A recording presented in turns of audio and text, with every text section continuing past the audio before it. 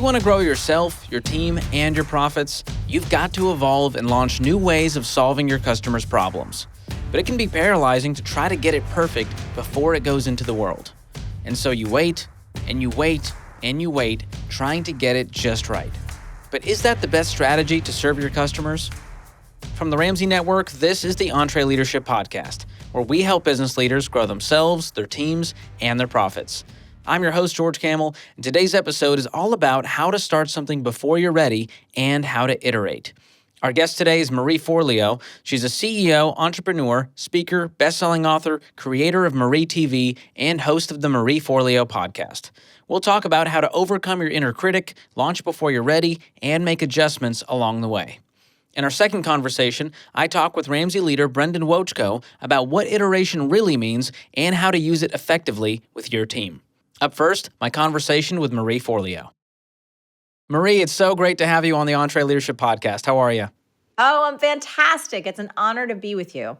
Well, we are big fans of yours here at Ramsey Solutions. And for those of you that may not be familiar with your journey, give us a little bit of backstory from where you were and what you're doing today. Gosh, so, I remember starting off, my first job was actually on Wall Street way back in the day. And I discovered very, very quickly that I wasn't necessarily built to be behind a desk or to work for anyone else. And I know that there's probably so many listeners that can relate to that. And I tried really hard to be a good employee. I remember working at Condé Nast Publications, big magazine house, and I was in ad sales for a while. And I was like, oh, maybe this is my purpose and this is where I'm meant to be. And after about 6 months, I kept hearing this little voice like, no, this isn't it. The same voice that I heard on Wall Street that made me quit. And then I, went over to the editorial side of another magazine. I said, oh, maybe this is the right thing. This is really tapping into both my business sense and my creativity. And after about 6 months being there, I just heard that same still voice again that says, this isn't who you are, Marie. This isn't what you're meant to do or what you're supposed to do in the world. And at that point, George, I remember just feeling broken. I was like, what is wrong with me? I have such a strong work ethic. I want to make a difference in the world. I'm not afraid of hard work, but I can't seem to hold down a job because my soul seems to be calling me for something greater, but I don't know what that greater thing is. It was just a blank open spot. And there was one day when I was on the internet, probably when I shouldn't have been. This is about 1999 to put it in context.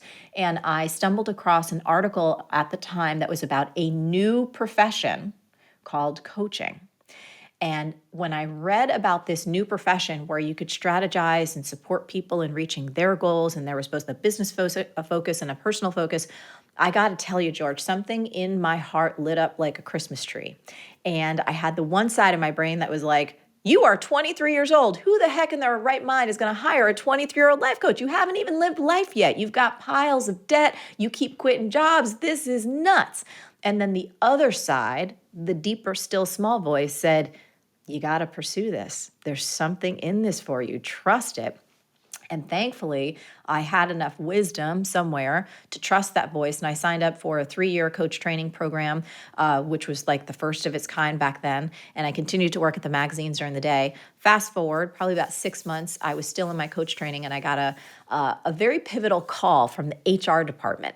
They wanted to offer me a pretty big promotion to go work at Vogue, arguably one of the top fashion magazines in the world. And so I came to this fork in the road. It's like, am I going to stay on the steady paycheck, health benefits, people understand what you do, it's respectable path? Or am I going to quit and start my own life coaching business, which sounded ridiculous and so terrifying. And I had no idea how to do any of that, nor did I have resources or nothing, but it felt right. And so I wound up quitting that job. I went back to bartending and waiting tables and being an assistant and cleaning people's toilets and doing anything that I needed to do in order to keep a roof over my head and food on the table while I figured out how to build a coaching practice during the day. And so that was over 20 years ago. And so over the course of those 20 years, I have learned so much about entrepreneurship and digital marketing and what it takes to run a sustainable, purpose-driven modern business.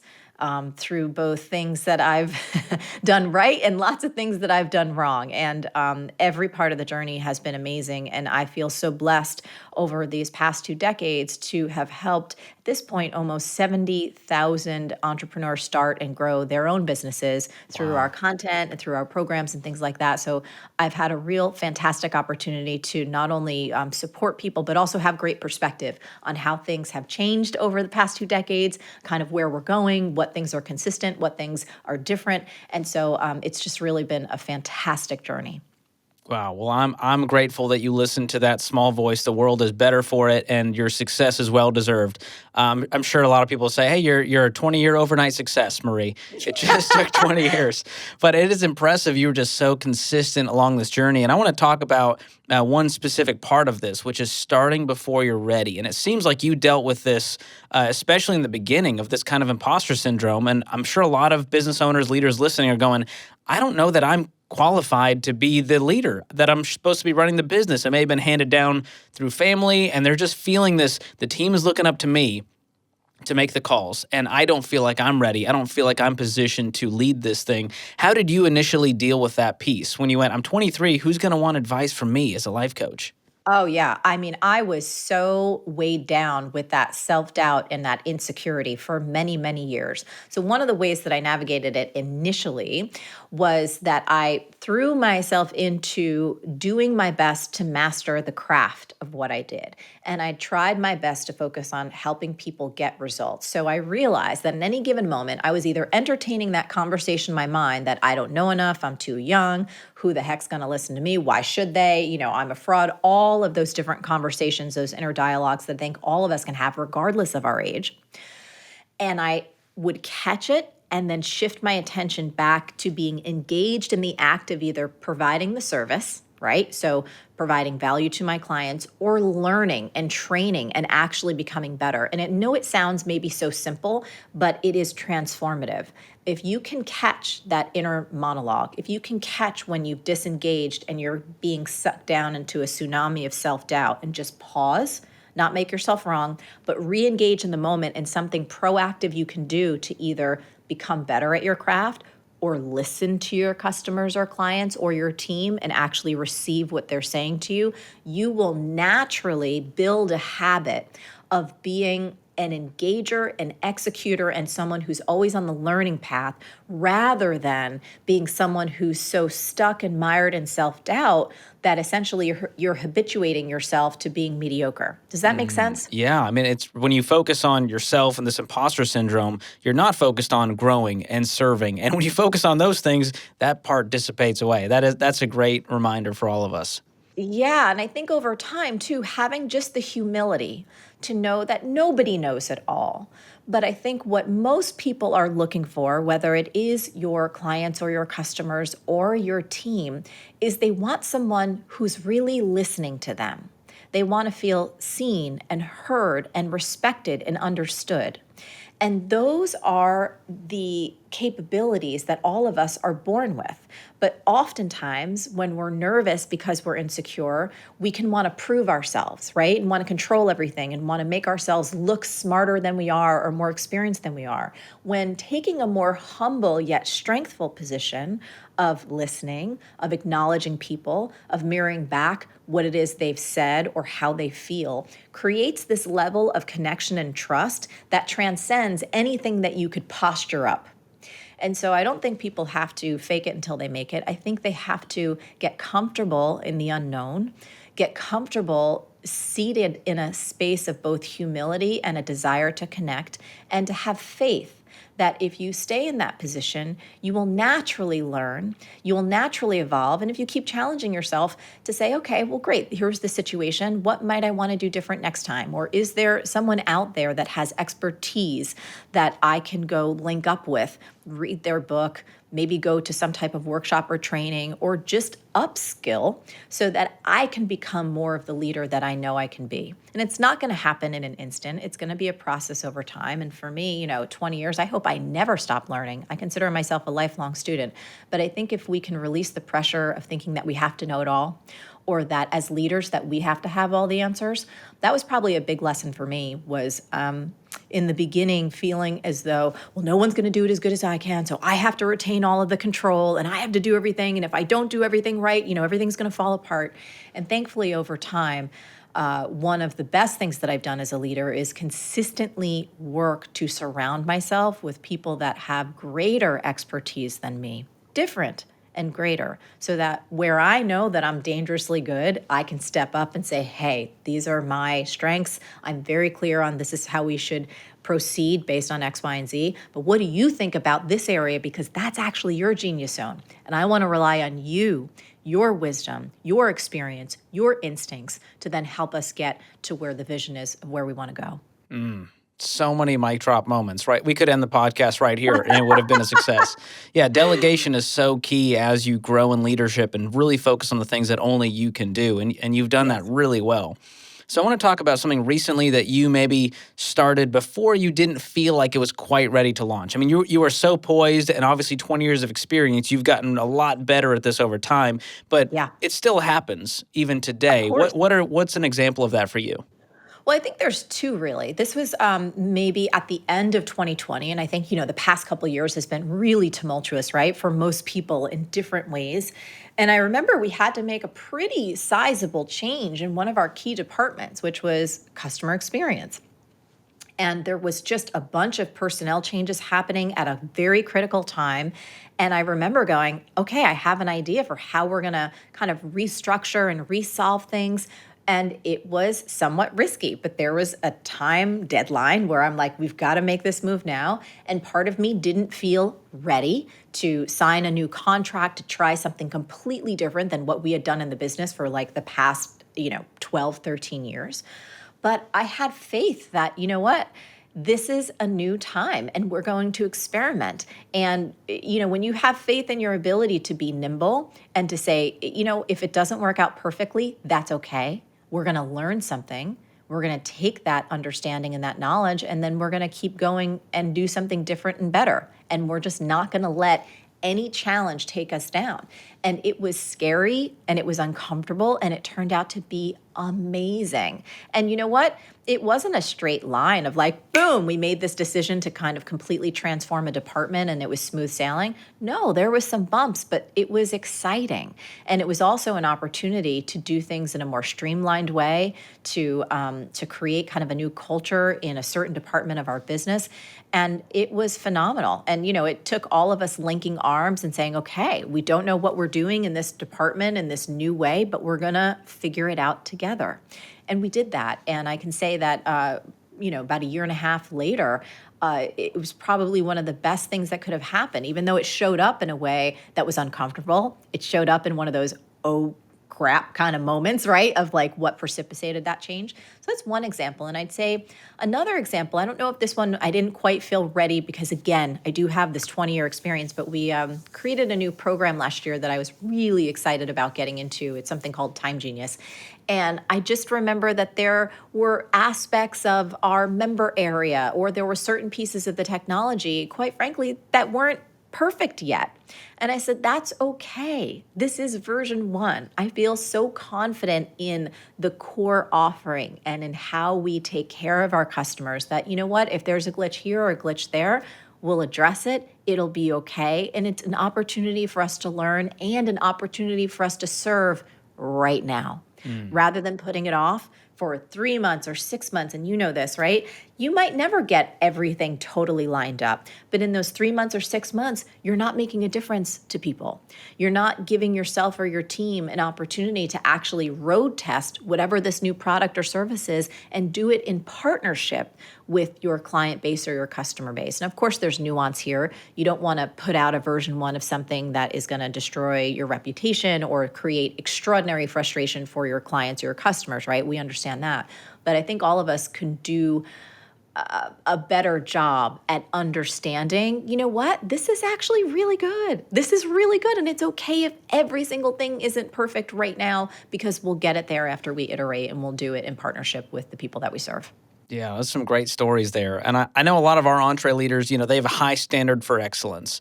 And that can be one Yes. of the most difficult things because if you wait until it's perfect, you're going to be waiting a long time and your customers are never going to get served. So what is some of that inner dialogue that you experience when there's something new on the horizon and there could be a lot of time poured into this, money that could be lost, resources, people hired? How do you deal with the inner dialogue and move past that into a launch, maybe before it's perfect?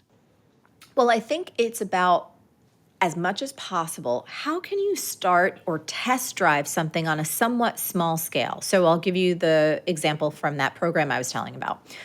In our business, one of the blessings of our business is that we've had amazing affiliate partners over the years. I know that I can do only as good of a job that I can do sharing our message and how we can help people, but there's other people who have incredible audiences that may also benefit from what we do. So we've got great partnerships all around.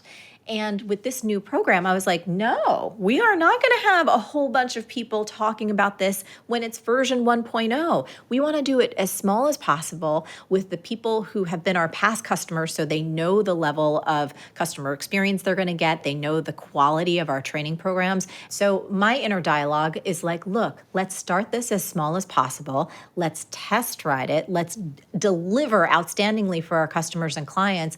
And when we get the feedback, if we need to tweak and adjust things before we go bigger, that's what we'll do. So for everyone listening, if there is a version of your product or your service, whether you want to call it a beta version or just a small VIP, first looks opportunity, is there a way for you to test drive this new product or service with a smaller group of your clients so you can get that feedback, you can work out the kinks, then you can roll it out in a bigger way, put ad spend behind it, whether it's affiliate partners or anything that you want to do to kind of take it to that next promotional level? Yeah, this is something we use at Ramsey Solutions, and we stole it from Jim Collins' concept of musket balls versus cannonballs, where you have this musket ball approach where you're not going to put all of the team's resources and energy. You're going to do a little test, and then you're going to do a little test, and you're going to get some feedback and listen to the customers and make some tweaks before you launch that cannonball with all the might you have. And so that's a great reminder that it doesn't have to be this big, scary launch where you're not sure if it's going to work. You know it's going to That's work right. because you've tested it over time.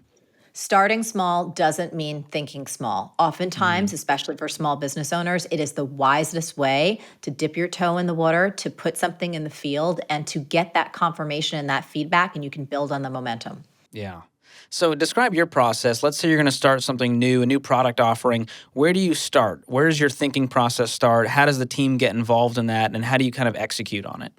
So for me, it's usually instinctual. So I like to pay very close attention, not only to what's happening in my life and in the world around me, but listening to our clients and our customers through our comments, social media, any place where I can really hear and listen to what's up, what people are struggling with, and see where we can have an opportunity to make a difference.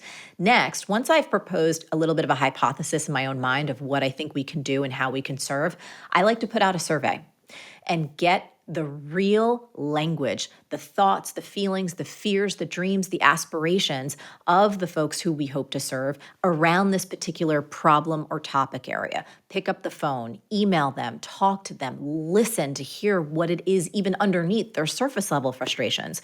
Once we have all that data, once we have that understanding, then I kind of go into my creative cave and I take all of that survey data, I take all of my own understanding and wisdom, and if there's any different holes, if I need to go find some science or some research, if there's anything where I need to kind of fill in to create a solution that I know is not only going to be extraordinarily effective, but results-based, that's what I'm going to do. And sometimes, that cave will take me a few months. Sometimes it takes me a year or more if it's a book, but that's my process. That's awesome. And it sounds like your tribe loves to give you feedback. You've created this relationship and trust where they're excited to talk to you about their problems because they're excited about the solution that you could offer them. Is that the case? Yeah, and I think most people, they want to feel heard, right? It goes back to where we were at the beginning. They want to feel seen and heard and acknowledged and respected. And when you ask people questions and you ask them follow-up questions with empathy and compassion and you let them know they've been heard and they're understood, folks are often really happy to tell you about what their pain points are. And they're also happy to tell you what their dream solutions can be. And that's where, as entrepreneurs, we get to be creative and say, okay, understanding the problem, understanding what they would love. Where can I step in and be a bridge, either to provide that dream solution right off the bat or to get them closer to it so that they can get on the path where they're going to have the results that they desire. As you're collecting all of this feedback, there's got to be some critics along the way. There's got to be people who are just not for it. They hate it. Yes. It's crappy. The V1 didn't work for them. They're upset. How do you deal with those critics, and how do you know which ones to listen to and where there's truth? It's a great question. So part of what I think every business owner has to do, and we strive to do this, and I practice all the time, it is a continual practice, is to get very, very clear on who something is for and who it is not for. So if there's too many critics bleeding in, that's an indicator to me that I have not set clear enough boundaries about who this product or service is going to benefit most. And I've set my net a little bit too wide. So I think that's one of the most important things. Now, of course, if everyone's complaining about a certain aspect, then we know we have a global problem. But I haven't seen that to be the truth most of the time. Most of the time, it's because I haven't done a good enough job at articulating exactly who this is going to work for and who should actually go to some other solution, because this is not what we're providing for you. And so I think that's a depersonalized way to absorb all of the feedback and to use it to become a better business person, because it's the most compassionate thing. If someone comes to you thinking that you're going to be able to help them, rather than just try and scoop up that sale, when you recognize they're not going to be happy, whether philosophically there's some kind of misalignment between their expectations and what you're delivering. And you can say, hey, we would love to be able to help you, but based on what you're sharing, we're not the best solution for you. You should go to our colleague, someone down the street. Something else might be better for you. We want to direct you there because we want you to be happy. Those people will often come back for other things in the future because you've built such a huge level of trust by turning away that sale. There's a lot of maturity in that posture, and I'm sure that took, probably the 20 years to get to this point, because a lot of people just go, well, they're just haters and I'm going to ignore them, or they're going to go, you know what, there is truth there, and now I'm going to be, toiling in this in my mind for a while going, well, I guess I'm a fraud. And so it sounds like you've really taken ownership, which is great leadership, to say, you know what, this is on me. This is on me to say I haven't clearly communicated who this is for, set the right expectations, and I've got work to do. And so that takes some impressive leadership maturity to get to that point. I also think, too, it's important to say in our world today, there's just a lot of humans that are in pain, and they're not happy no matter what. And they're just looking for an avenue to express some of their unhappiness and their pain. And so I know this is hard to do sometimes, especially as business owners. Hey, look, I take it personally because I pour my heart and my soul into everything we do. And so it can sting when people are really mean and vitriolic, and it's not just critical feedback that you can actually use to get better. So I think remembering that when people are hurt, they hurt other people. And to have that discernment to be able to kind of parse through what is actually useful feedback to you versus this person is in pain and they actually shouldn't be our customer or client, and we're going to bless them. We're going to hope that they heal, but we're also going to have our boundaries, and we're not going to let that energy toxify our team, our mission, or the people that we can serve. Yeah. Sometimes you got to fire the customer. That's right. That's part of it. The customer is not always right. Yes. They really are not. Good reminder. A lot of the listeners said, amen. Amen, Marie. So you've launched something into the world and you're getting some feedback. What rhythms do you and your team have around adapting products after you've put them out there? How do you make sure they're continually getting better? That's a great question. So every time that we have, so for us in our business, we have a lot of live trainings that are online. So we take people through as a cohort. So we have our mentor coaches, myself, our customer experience team. So we're all in there working people through the training, helping them gain their skills. And so we can see real-time feedback. We also always ask for feedback after the course or the experience is done, and we pour through everything. And we start to parse things out into, again, what's like, okay, well, someone, for example, be like, oh, Marie, your program B School, can we have it be 6 months? And I'm like, no, like you have lifetime access to the program, but I'm not going to hold your hand for 6 months because it wouldn't serve you and it wouldn't serve us. That's not what our offer is, right? So you kind of parse through things that are people's wish list, but that are not in alignment with your vision of how your business should go. And then there might be other items where you're, oh my goodness, that's a fantastic idea. Let's get that on our roadmap. Let's put it on our project timeline, and let's get that in there for the next release. And, the production may be 3 months or 6 months, depending on how big that improvement is, or they might be ideas for a completely other program. One thing that can happen, especially for a business like mine, is people want you to keep just pouring more and more and more in, and it can create bulk where it just overwhelms people. But if I start to see enough of a theme, I'm like, oh, this is an opportunity for a completely separate program that I'd like to go deep on to really solve this particular issue that I didn't even realize people had.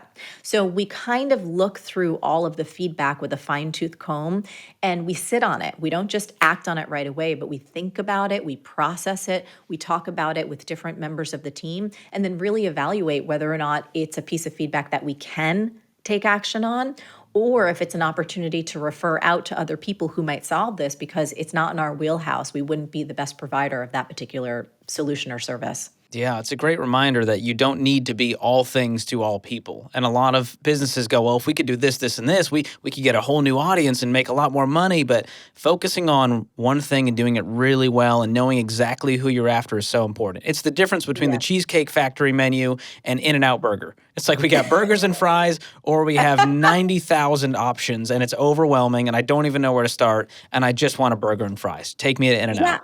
And I mean, most of us in our businesses, especially the small business owners that I've engaged with, it's like overwhelm is such a huge, prevalent, unending issue. So you have to proactively manage that on your own. I always say simplify to amplify. Simplify to amplify. When you simplify your offerings, when you simplify what you do, when you become really, really good at just a small handful of things, you can go so deep.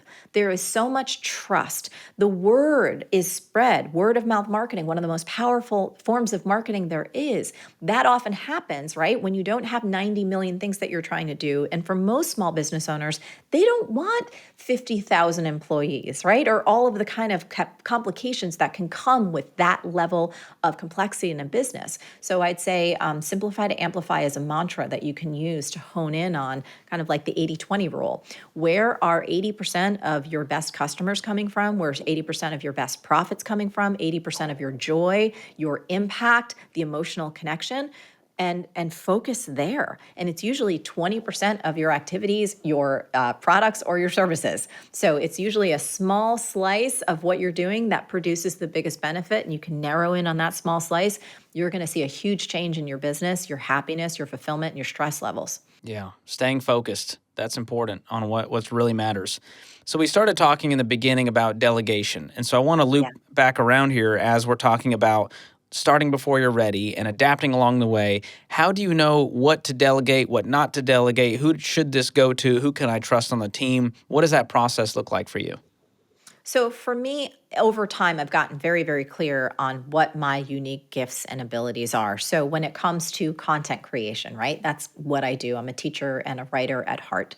So those are where I should be spending the majority of my time, is like creating the content, delivering the content, and ideating about the marketing, because it's a joy for me and it's a love for me. It's a form of art. I love inspiring people to take action towards something that's good for them and good for me. Anything that falls outside of those, I know I need to delegate it to members of my team who are excellent in those areas.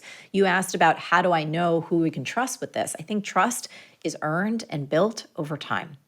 And with your team, it's about the same thing that we talked about in the beginning. Starting small doesn't mean thinking small. Find a small project that is perhaps new for someone, set them up for success, a clear deadline. What does success look like in the end? What's the outcome that you're hoping for? Who should they go to for questions in between? Do they have questions up front? How often do you want them to check in and kind of show you the milestones along the way to make sure that they're on the right path? So I think that there's a rhythm you can develop with each member of your team. And that might be a little nuanced depending on their work style, the workflow of the project, how long-term it is. But the more you can keep things tight, small, and with a quick turnaround, I feel like that is the secret sauce to being able to build trust up faster. You can see somebody's work. You can give them feedback. Hey, you're on the right track, or this part's on the right track. This is completely not. Let's readjust here. And then this way, people feel empowered because they're getting that feedback and they're not left on their own for 3 weeks and then showing you something and you're like, this is totally not what we were supposed to do. So I think as leaders, we have to take responsibility for that hand-holding in the beginning, get the project scope down small, and then really teach people what success looks like. Wow. I'm seeing a theme here, and everything you're talking about, the ownership gets pointed back to the leader. And so if something goes wrong, you're very quick to say, oh, wow, I didn't do X, Y, Z. I didn't set the right expectation. I didn't communicate properly. I didn't train properly, that's leadership 101 is taking that level of ownership. So clearly I can see why you've had so much success in your career. You're an incredible, incredible leader. As we wrap here, what advice would you give the leaders listening who they're wanting to develop and launch and evolve and grow and do all of these things before it's perfect and ready? They're saying, all right, Marie, I'm on board. I'm on board. I don't want to wait till it's perfect, but how do I go about this process and do it the right way and make sure my team is served well? Well, I think choosing a project, some aspect of the business that you are so committed to either transforming, changing, or launching, and getting very, very clear on what that vision is, why it's important to the company and your customers, and setting a clear timeline. Then communicating that out to your team in terms of, hey, this is what we're doing.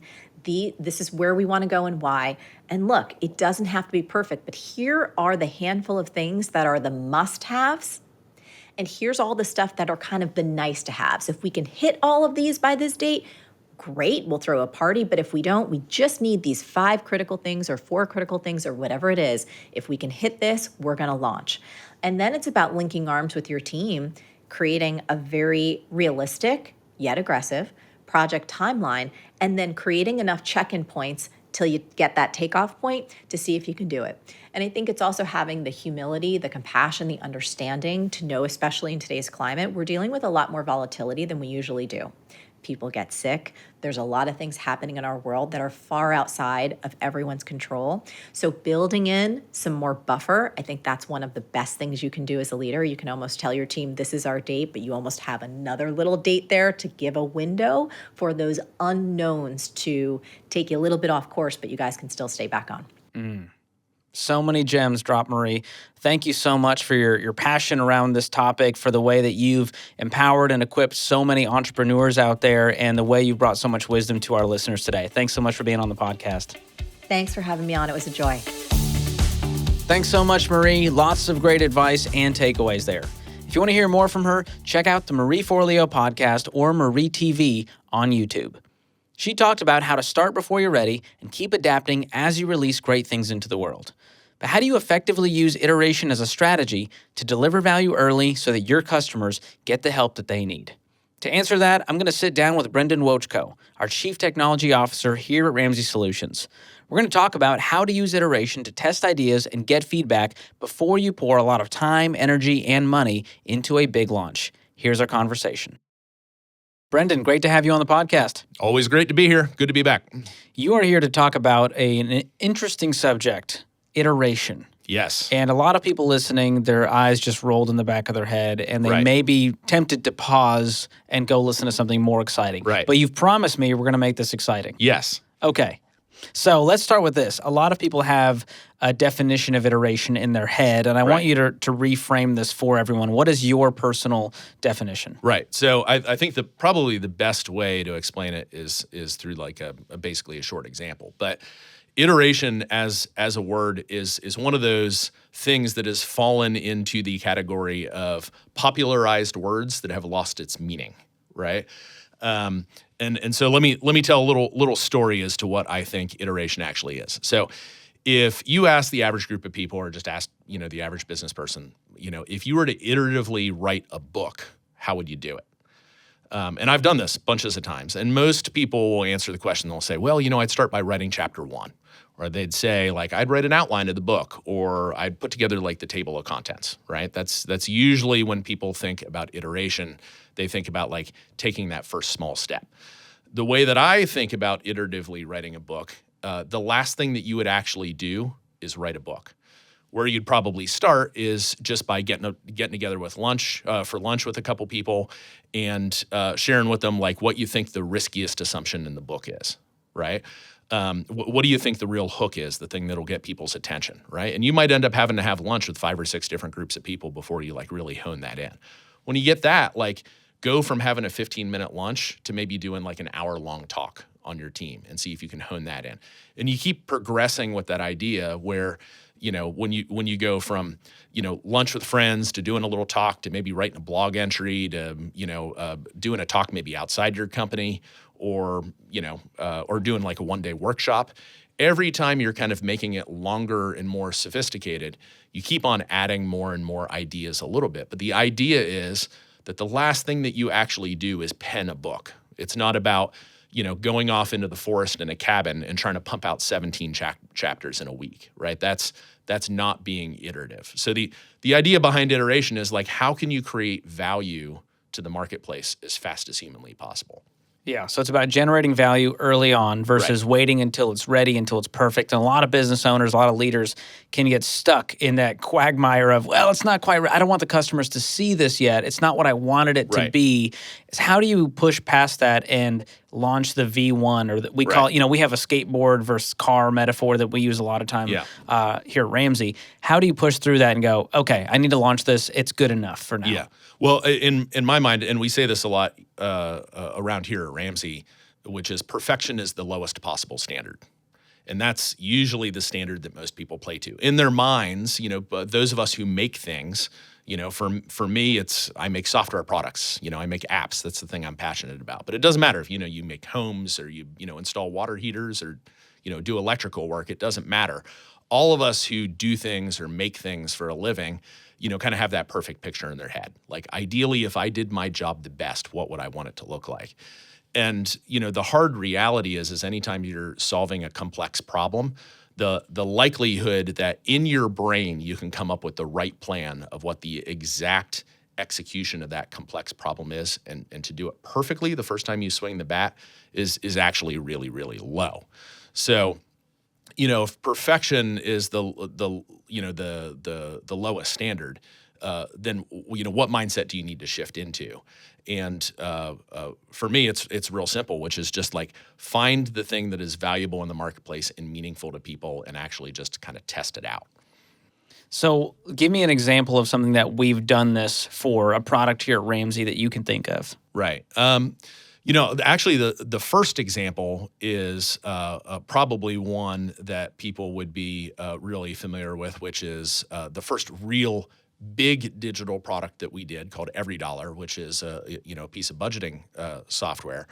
And we when we approached that problem, there's actually kind of a funny story to it. It involves Dave. And, you know, as the story is told, Dave came into the room where all the people were, you know, building the first version, the early version of EveryDollar. And he got excited and said, you know, I just talked with somebody on the phone and they said they think that we could have 50 million people using EveryDollar in the first year, right? Wow. And Dave said that for the purpose of like exciting everybody and motivating everybody. But what it actually did is it kind of like struck fear in everybody. Like, oh my gosh, if 50 million people are going to use this, it's got to be unbelievably world class, the first thing that we ever put out there. And the reality of what actually happened is everybody got so fixated on the need to make it perfect, it actually really slowed down the development of that product. So, you know, we had to self-correct, as you got to do in business a lot of times. And, you know, we took another look at the problem and just said, hey, instead of trying to build the perfect thing, let's just build the simplest thing. Let's just build a simple budget that people can use. And we eventually added more onto it. But the more conventional example, the one that just happened recently, is actually inside EntreLeadership, our digital product that we have for EntreLeadership. And one of the things that we talk about a lot as an organization is a desired future dashboard. You know, the importance of like, you know, making a goal for your team and getting everybody around it and making sure everybody's on the same page in terms of executing. And so a digital desired future dashboard is something that we wanted to bring into our EntreLeadership product. And, you know, we actually have like a whole group inside Ramsey here that talks about how we do desired future dashboards and helps hold our business units accountable. And there's a lot of sophistication about how we do DFDs internally. But what the thing that the Entre team had to be really careful of is not like front load all of that insight and all of that into the digital product. Because really what we needed to do first is just build something in a week, put it out there, and see if people even want to use it, right? And that's kind of the heart of iteration. You know, I think it was one of the founders at LinkedIn that said, like, if you're proud or if you're not embarrassed of the first version of the product you put out there, you probably spent too much time on it. That's a good reminder. Yeah. Yeah, and it's true. It can be overwhelming to the consumer to try to get it perfect. And instead, we just said, hey, let's just do a rudimentary version. Let's get it in front of real people, see what they think, and then make changes based on that. And that's something that very recent that just happened. And with EveryDollar, I mean, I remember when it was CD-ROM software. Right. And you may be thinking, George, you're not old enough. This is before EveryDollar. You're That was the deceptively best young thing we looking, had. George. Yes. That's what it is. And so we've made iterations, and no one wants to be the next Blockbuster where you go, well, we're just CD-ROM kind of people, and if they don't want to use it, then forget them. Right. We've decided, you know what, we need to iterate on this budgeting software. We need to take it into the modern century and go, this needs to be an app. And then we took that app and said, how do we make this app better? So how do you know when it's time to iterate as the leader in the business? Yeah, so I actually don't think that there are a lot of situations where you wouldn't want to iterate. You know, so one of the things we're really guilty of just as human beings is comprehensive thinking. Like we want to sort it all out in our head. But there are things that, like, I think it was the Donald Rumsfeld famous thing from the early 2000s, which is you have the known knowns, the known unknowns, and the unknown unknowns, right? Well, in anything that you're doing, for the most part, particularly if it's new. So particularly when you're going into new territory as a business, iteration is most important. But when you're pursuing something new, the known territory, you always have some known knowns and you always have some unknown unknowns. And if what you wait to do is to start until you've solved for the unknown unknowns, you miss the bus. So in any situation, like the kind of self-quiz I do for myself is, am I waiting to do what I know can be done until I've like driven out all the uncertainty or all the risk? Like my goal as an entrepreneur or a business owner is not to like eliminate all risk. That's what bureaucrats do, right? My job is to take capital, take a risk in the marketplace and see what happens. You know, now it's got to be a responsible risk, right? But iteration is a really great way to do that because instead of front loading like an enormous amount of cash out in the marketplace to go do a big thing, just start simple. Start with the known, right? Take that, like for the example, desired future dashboard. At our live events, and maybe you were part of this, maybe the listener was part of this, didn't know you were actually part of it. But one of the things that we've done at our live events is instead of building software around a desired future dashboard, we had the bright idea of just from stage doing a pitch or doing a talk about what a desired future dashboard was. And at the end of the talk, just said, hey, we've got, a PowerPoint, template for a desired future dashboard. Who's interested? Like 3/4 of the hands in the room went up, right? I didn't have to write any software. I didn't have to spend a lot of money to go do that. We used the live event that we were already doing, that we already had. We delivered value to the customer by talking to them about a desired future dashboard, teaching them about a desired future dashboard. But then from there, validated with them that they would actually be interested in using it. So we got that early validation that cost us next to nothing. And then at that point, that's when you decide to go get a whole software development team that's actually really expensive to run and operate, to go focus on that idea and go build it. And even when we go build it, we're still building the simplest possible version of it, and getting it out there and seeing what people like. And I think getting customer feedback is one of the most important aspects of iteration. So here's what iteration isn't. Iteration isn't that you have the perfect idea in your mind today about what you're building that's going to be done 6 months from now or a year from now. What it's about is identifying the known knowns, putting those known knowns out into the marketplace, and then actually talking with customers and finding out what they did and didn't like. So a lot of times when I'll meet somebody, people know me as having a big interest in project management.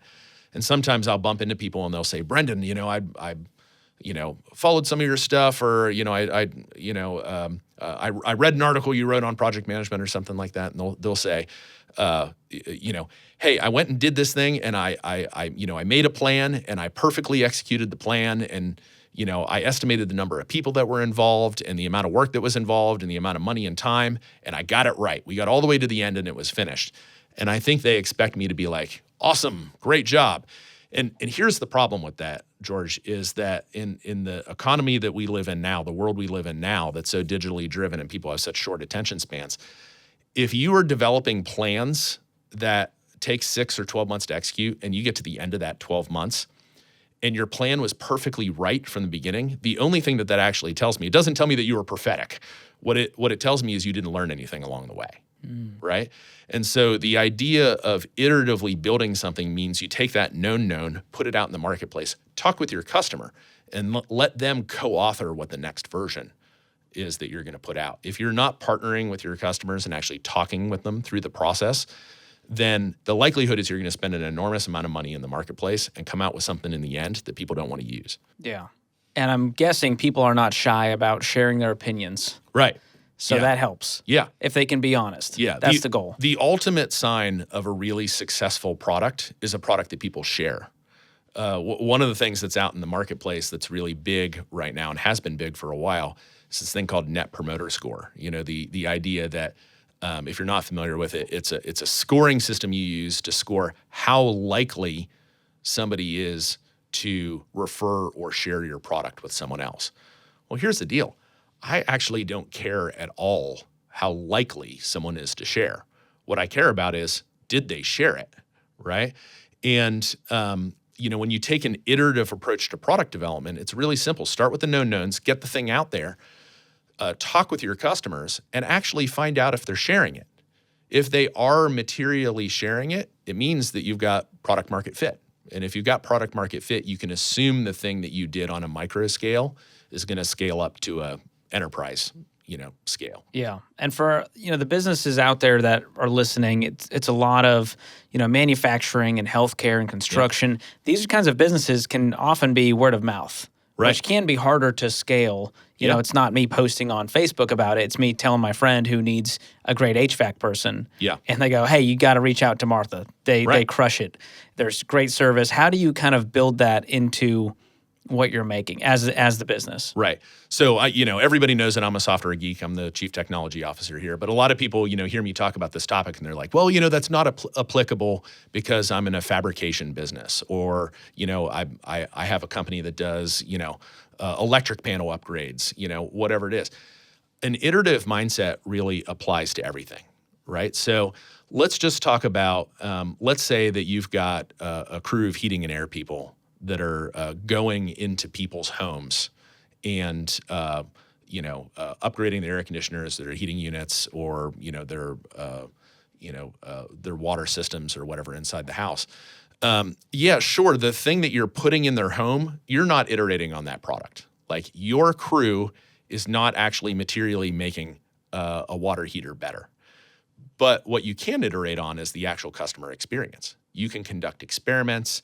You can try things. You can go through fast iterations of change. So if you've got some technicians that are coming out to somebody's house and you want to try different upsell techniques. Somebody calls you about a water heater, and you want to talk to them about, like, do they have surge protection on their house, right? Well, that's an experiment. Right? Now, what you could do is you could develop some big fancy presentation with print materials, and when you go into the person's house, you're trying to show to them, like, hey, here's all this fancy material, to see if you want to do the upgrade. Well, the simple iterative version of that is, don't go through all the trouble to develop the print material.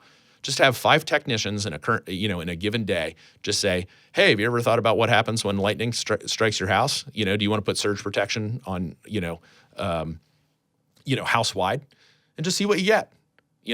If you get, 2 yeses, is that good? Is that bad? I don't know. I'm not in your business, so I don't really know. But, comprehensive thinking would lead you to think that, like, ooh, I've got to make this super fancy and super sophisticated, make it look super professional. No, you don't.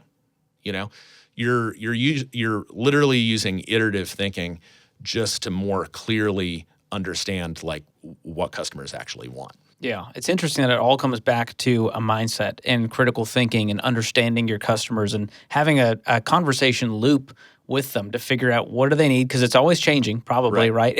And so you can't just go, we put our product out there and now we're going to, rest on this for the next 10 years and be successful. You've got to iterate if you want to be successful and continue to grow. Yeah, I see a lot of leaders that get stuck in the trap of thinking that like iteration is only some sort of execution strategy, like somehow it's beneath them, and it's not at all. Like I think that iteration is really a critical thinking strategy. Your ability, and I've probably said this before on the EntreLeadership Podcast, as a leader in the time that we live in now, you've got to master the ability to zoom way in and zoom way out. Like you no longer have the luxury of being stuck in either one of those positions. You've got to be able to zoom way out, look at the strategy, understand the vision, the mission, the strategy, the direction that your team is taking, and zoom way into what's actually happening, in the real world with your team. And if you rely on that iterative thinking only to happen on the line level of your team, they'll probably be doing it, but they're not going to get the most value out of it. Like developing the personal discipline and the personal skill as a leader to help guide your team's thinking through, like, okay, what's the simplest version of this problem? Like for my teams, language really matters. So, we build a lot of software all the time, but it doesn't matter what you build. What I don't ever ask my team is I don't ever hand my team work and say, I need this done by X date. What I do is I give my team a problem and say, what version of this problem could we have done by X date?